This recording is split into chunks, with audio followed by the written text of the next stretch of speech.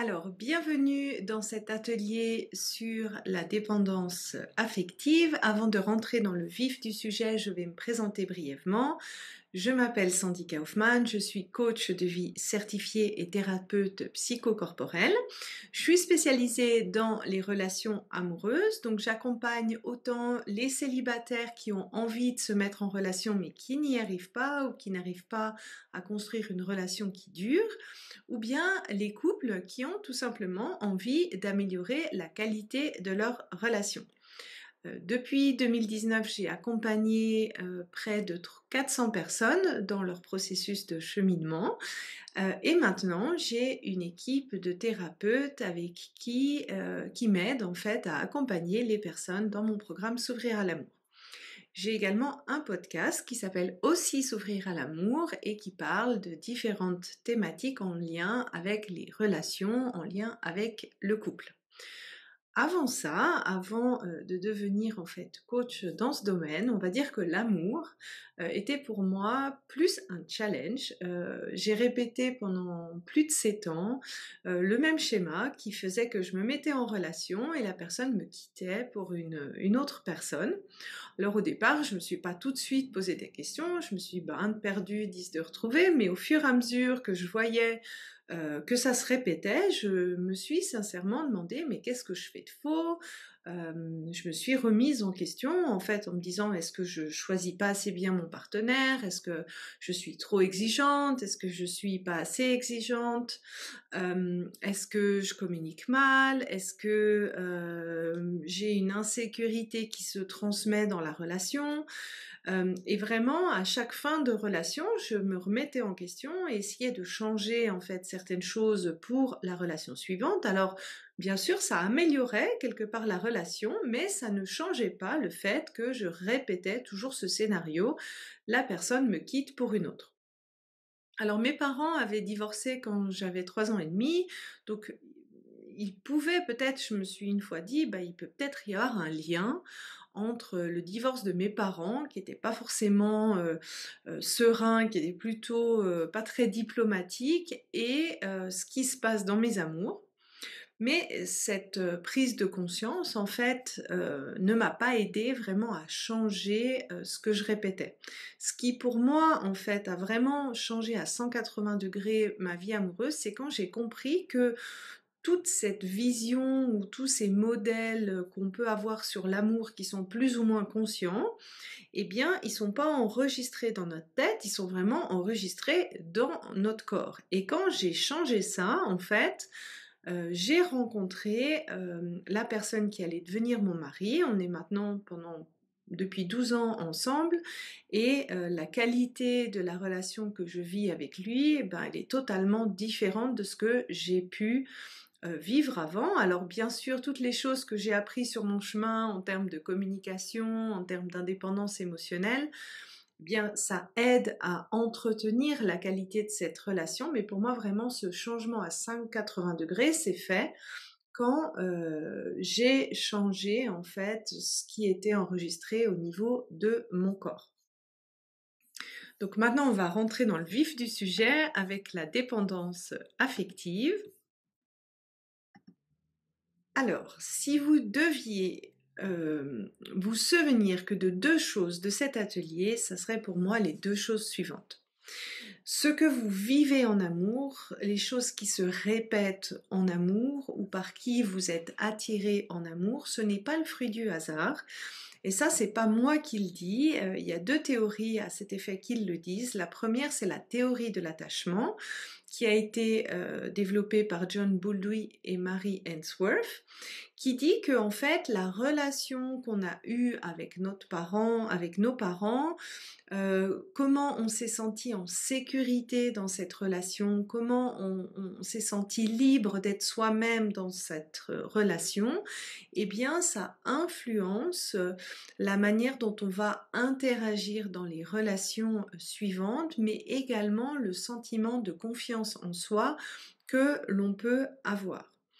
Et la deuxième théorie que j'aimerais vous partager, elle a été présentée par une neurobiologiste qui s'appelle Dawn Maslar, qui a notamment présenté ça dans son TED Talk, qui explique en fait qu'on est attiré par certaines personnes et pas par d'autres en fonction en fait de 2 critères bien précis et que ce choix-là, en fait, il se fait pas au niveau du cerveau rationnel, il se fait vraiment au niveau de notre système instinctif de survie, en suivant, en fait, par nos phéromones, en suivant 2 principes bien distincts. Donc le premier, c'est le principe des opposés.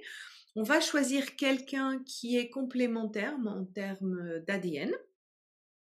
Et le deuxième principe, c'est le principe des similitudes. On va automatiquement choisir quelqu'un qui correspond au modèle que l'on connaît. Et donc pour toutes les personnes qui ont ce sentiment d'être attirées par les mauvaises personnes, d'être attirées par des personnes qui peut-être profitent de la dépendance affective ou qui sont indisponibles ou qui ne veulent pas s'engager, en fait, on les choisit inconsciemment. Et ça veut donc dire que quelque part, dans nos expériences relationnelles passées, on a enregistré quelque chose comme l'amour égale la dépendance affective, ou l'amour égale la distance, l'indisponibilité, l'amour égale pas d'engagement.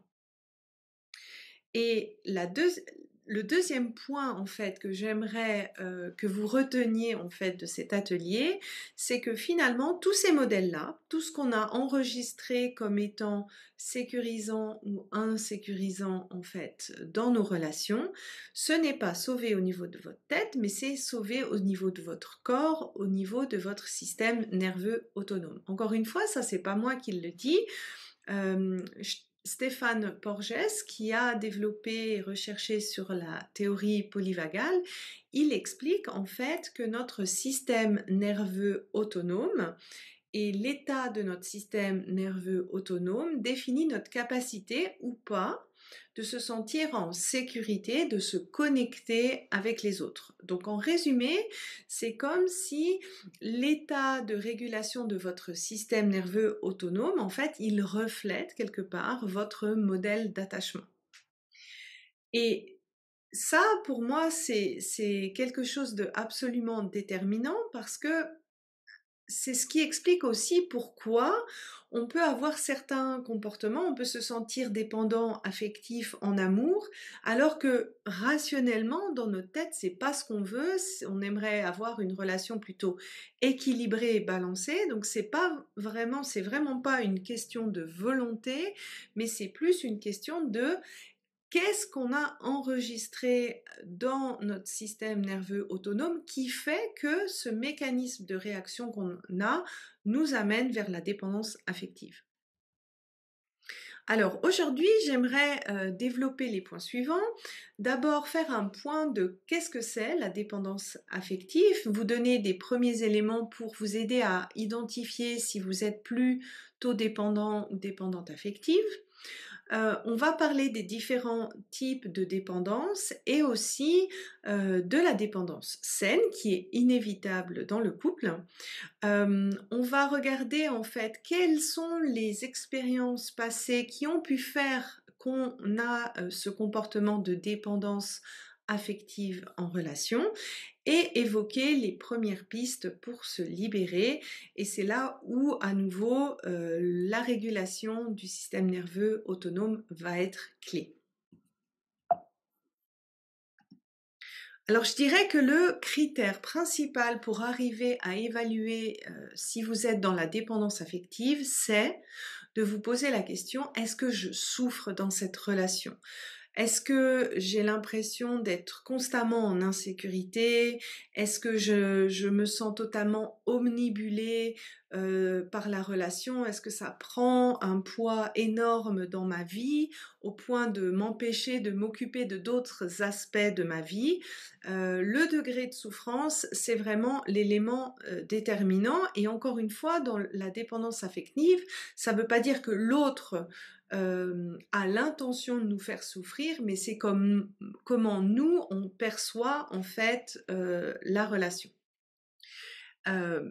Et pour aller un petit peu plus finement dans comment cette souffrance, en fait, elle peut se manifester, le premier critère qui arrive souvent dans le cas d'une dépendance affective, c'est ce sentiment de se suradapter à l'autre, de faire passer les besoins de l'autre avant ses propres besoins, de, de ne pas avoir un contre-avis fort par rapport à ce que l'autre veut ou veut pas dans la relation, et ça peut aller jusqu'à l'échelle d'anticiper les besoins de l'autre, ce qui fait que l'autre, en fait, n'a même pas besoin d'exprimer ses besoins, on les anticipe et on va dans leur sens avant que l'autre les exprime. Le deuxième point, c'est ce sentiment d'être une éponge émotionnelle et de ne plus avoir de barrière entre le partenaire, la relation et nous-mêmes. C'est-à-dire que si le partenaire va mal, je vais mal. Si la relation va mal, je vais mal. Et de ne plus avoir justement cette distance qui aide finalement à accepter les variations émotionnelles de l'autre, accepter les hauts et les bas dans une relation sans totalement se remettre en cause en termes d'identité, en termes de qui on est, etc., etc. Le troisième critère qui arrive assez souvent, c'est cette notion de manque. Alors, cette notion de manque, en fait, elle peut arriver à différents stades d'une relation. Ça peut arriver au tout début d'une relation. Le fait, si la personne ne donne pas tout de suite des nouvelles, d'avoir ce besoin en fait excessif d'être rassuré, ce besoin excessif d'avoir sans arrêt des nouvelles de l'autre, la difficulté à vivre les phases de séparation, la prise de panique quand l'autre a une phase de déconnexion qui sont des phases totalement naturelles dans la vie de couple, et aussi la décision de se séparer en fait d'une personne parce que la relation ne nous convienne pas. Le dernier critère, c'est ce sentiment d'avoir du mal à fonctionner seul. Donc, par exemple, de quasiment ne jamais être célibataire, d'être toujours en couple, de très mal vivre la solitude, d'avoir du mal à prendre des décisions ou d'avancer sans les avis de l'autre, d'avoir du mal en fait à avoir un avis ou une réaction contraire de l'autre. Donc vraiment cette difficulté à fonctionner seul. Si je reprends un petit peu les choses qu'on a pu me dire en fait dans les personnes que j'ai pu accompagner, j'aurais envie de vous parler encore de trois choses qui reviennent assez souvent en fait dans le cas de la dépendance affective. La première remarque, on me dit: «Mais Sandy, je comprends pas. Au travail, ça va bien, j'arrive à poser mes limites, j'arrive à faire valoir mes besoins, à communiquer, c'est pas un souci, mais alors en couple, je me reconnais pas. Je me soumets à l'autre, je m'adapte à l'autre, je n'arrive pas à aller contre l'autre, heu, je ne me reconnais pas, j'ai juste l'impression d'être soumise, à mon partenaire». Une autre chose qui arrive assez souvent, c'est que dès que la relation va mal, dès que l'autre va mal ou, et bien que la personne qui est dépendante, affective va avoir cette tendance en fait à tout mettre la responsabilité sur elle en disant: «Bah, c'est ma faute, ça veut dire que c'est moi qui a un problème et pas forcément l'autre». Donc ça peut avoir un aspect assez culpabilisant. Et le dernier point que j'aimerais mentionner, c'est ce côté un peu, hem, de ne pas tout à fait comprendre en fait, la déconnexion de l'autre, que l'autre a besoin d'avoir des moments, seul, d'avoir un peu son jardin secret ou sa liberté, et chez la personne qui est dépendante affective, ça va générer un mode panique, avec le scénario du pire dans la tête, et pour le partenaire, en fait, ce sentiment d'être étouffé dans la relation, de pas avoir son espace de liberté, et cette tendance finalement à fuir la personne qui est dépendante affective. Alors, qu'est-ce que c'est finalement la différence entre la dépendance saine et les dépendances malsaines? Souvent on me dit: «Mais Sandy, c'est quand même normal quelque part, si on est en couple, d'être dépendant». Et ma réponse, c'est: «Ben oui, il y a certains aspects qu'on ne peut pas faire sans l'autre». Déjà, bah, pour être en couple, il faut que l'autre ait aussi des sentiments pour nous, donc on a une certaine ont besoin d'une certaine réciprocité, de partager les mêmes envies, les mêmes projets de vie, et dans ce sens-là, en fait, on dépend de l'autre pour faire avancer la relation, pour que cette relation finalement ait lieu. Et pour moi, si je devais donner en fait une définition de qu'est-ce que c'est la dépendance saine, c'est une personne qui se sent capable de fonctionner sans son partenaire, qui a la confiance que son partenaire peut fonctionner sans elle et qui arrive en fait à ne pas se sentir responsable non plus du bonheur de l'autre, euh, vis-à-vis de son partenaire et qui arrive à profiter finalement de ce bonus qu'est le couple. Et j'illustre souvent ça par cet exemple des deux gâteaux, où finalement un couple, pour moi, en relation de dépendance saine, ce sont deux parts de gâteau qui sont bien dans leur basket, qui sont indépendants dans leur vie, qui ont envie de bénéficier de ce bonus qu'est le couple. Et finalement, un des critères pour qu'une relation marche bien, ben, c'est que chaque individu fonctionne bien seul et une solidité personnelle pour justement pouvoir bien porter le couple et pouvoir bien porter la relation en se soutenant mutuellement. Et dans le cas d'une dépendance affective ou des autres types de dépendance, eh ben, c'est pas le cas. Si je prends l'exemple de la dépendance affective, la personne est en relation, mais elle est en souffrance dans la relation et finalement le poids de la relation sur son gâteau de vie, ben, c'est plutôt un surpoids, ça écrase, ça prend toute l'ampleur de sa vie et elle est en souffrance là-dessus. Dans le cas de la codépendance, en fait, c'est exactement les mêmes critères de la dépendance affective, sauf que en plus, on va aller choisir un partenaire qui est en mal-être. Donc, au lieu de souffrir tout seul de son côté, on va choisir un partenaire qui est également en souffrance pour pouvoir adopter un peu ce rôle de sauveur, se sentir utile de la relation. Sans moi, la personne n'y arrive pas, je suis indispensable, la personne a besoin de moi. Et bah, c'est souvent une solution qui est perdant-perdant parce que la personne qui est en mal-être, soit à cause d'addiction, soit à cause de difficultés à s'assumer seule dans sa vie, est en train de couler et en fait on co-coule avec la personne. Le troisième type de dépendance qui peut a priori paraître comme étant le contraire de la dépendance, c'est ce que j'appelle cette hyper-indépendance. Donc c'est plutôt un comportement où on va mettre un point d'honneur à arriver à fonctionner par soi-même, à en demander le minimum à son partenaire. Mais ce qui est là intéressant de comprendre, c'est qu'est-ce qui se cache là-dessous. C'est souvent une peur de dépendre de l'autre, une peur de souffrir de l'autre. Donc cette apparence en fait d'hyper-indépendance peut cacher cette peur d'être dépendant. Et ça va aussi se montrer par une difficulté à se montrer vulnérable, à une difficulté à créer en fait un terrain de connexion sain entre les deux partenaires.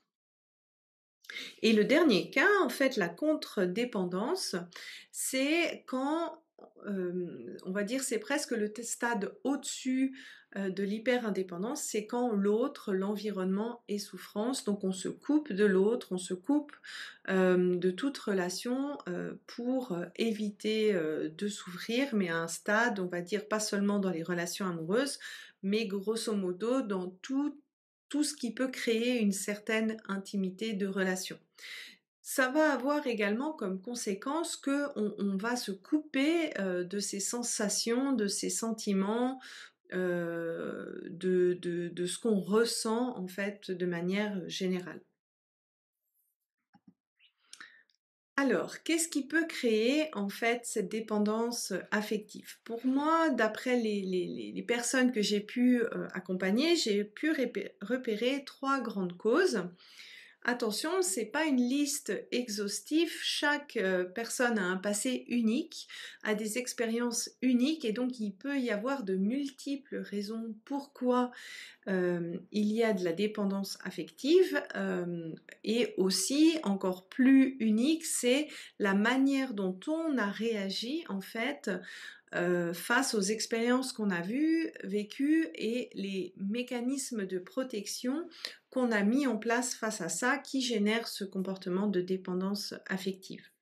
Mais si je devais vous donner 3 grandes, causes, le problème c'est la première cause que je vois assez souvent, c'est un manque d'amour de soi. C'est-à-dire que, la personne pense qu'elle n'est pas assez bien pour être aimée, que ce soit physiquement, que ce soit comment elle est, de comment elle agit, et que finalement, elle essaye de combler ce manque d'amour de soi par l'amour qu'elle reçoit de l'autre.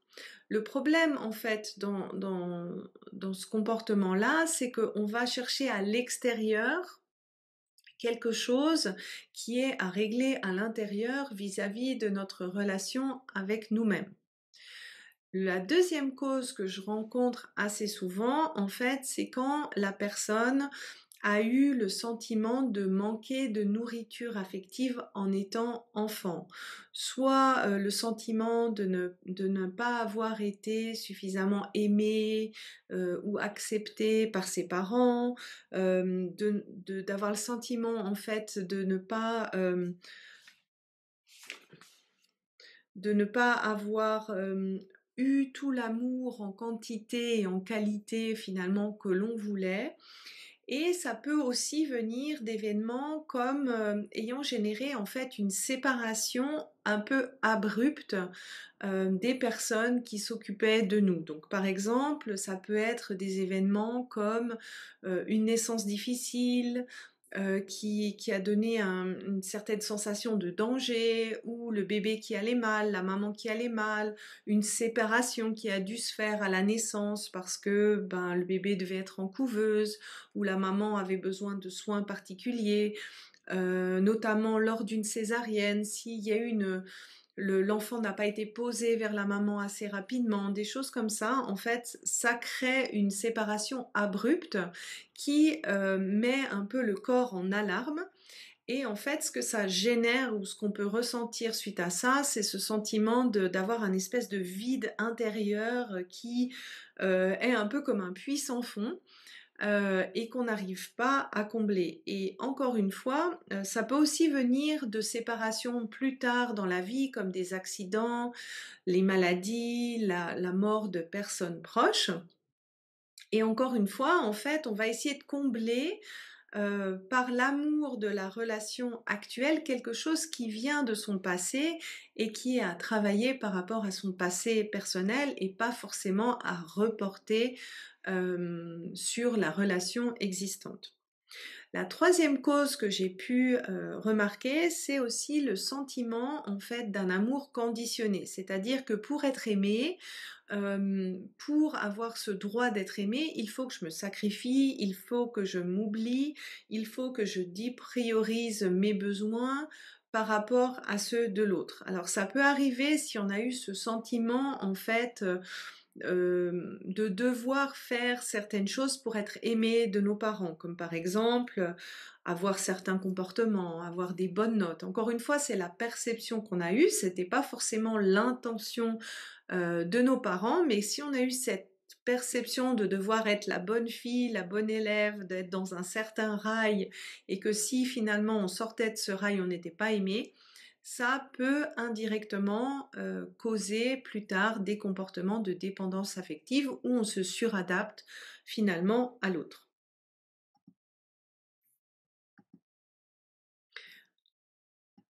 Et donc, ben, maintenant que vous avez compris que finalement les modèles de la dépendance affective ne sont pas forcément dans votre tête, mais dans votre système nerveux autonome, que vous avez compris les possibles origines de la dépendance affective, maintenant, bah, la question qui vient naturellement, c'est se dire mais comment s'en libérer? Comment arriver à sortir de cette dépendance affective?